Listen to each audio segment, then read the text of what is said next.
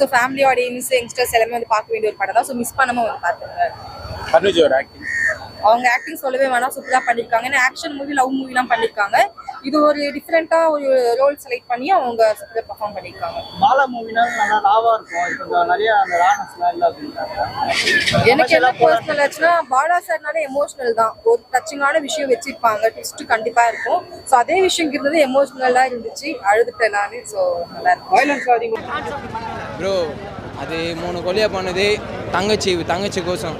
அது பொண்ணு வாய் பேச முடியாது, சொல்ல முடியாது. அதனால தான் ப்ரோ தாறுமாறு ப்ரோ. ஆனால் சத்தியமாக 3 கொலையை பண்ணது சத்தியமாக நான் வந்து அதுமாரி தான் ப்ரோ பண்ணுவேன்.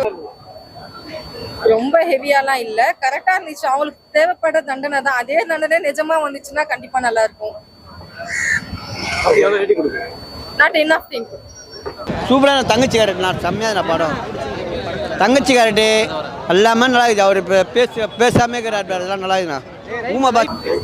ஆமா, ஏன்னா இந்த ஒரு கேரக்டருக்கு அப்படி ஒரு பாடி ஸ்ட்ரக்சர் இருந்தாதான் பெர்ஃபெக்ட்டா இருக்கும். நல்ல பாடி பில்டரா இருந்தா அப்படி இருந்தா பார்க்க நல்லா இருக்காது. ஸோ இந்த ரோலுக்கு இது டேரக்டரா அவங்களுக்கு தெரியும், இந்த ரோலுக்கு இந்த ஒரு ஸ்ட்ரக்சர் இருந்தா ஓகேன்ட்டு. ஸோ அதுக்கேற்ற மாதிரி அவங்க மெயின்டைன் பண்ணி 100 கோலை கூட பண்ணும், 300 கோலை கூட பண்ணும். தங்கச்சினா பொண்ணுங்கண்ணா ப்ரோ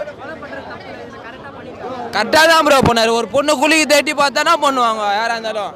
தாறுமாறுல அதுமாரி தான் பண்ணுவாங்க. நானே இருந்தாலும் அது மாதிரி தான் பண்ணுவேன், வேற மாதிரி பண்ணுவேன், ப்ரோ. சத்தியமா ப்ரோ சூப்பர் ப்ரோ. சத்தியமா வாய் பேச முடியல, ஆனால் பேசுனதும் காசு பேசுனதும் மஜா ப்ரோ. வாய் தான் பேச முடியாது, வாய் தான் பேசுனா இன்னும் பிச்சே மேஞ்சிருவாரு.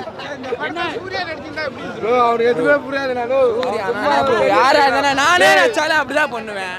யார் சூர்யா ப்ரோ பண்ணாலும் அப்படிதான் பண்ணுவார், யாரா இருந்தாலும் அப்படிதான் ப்ரோ பண்ணுவார்.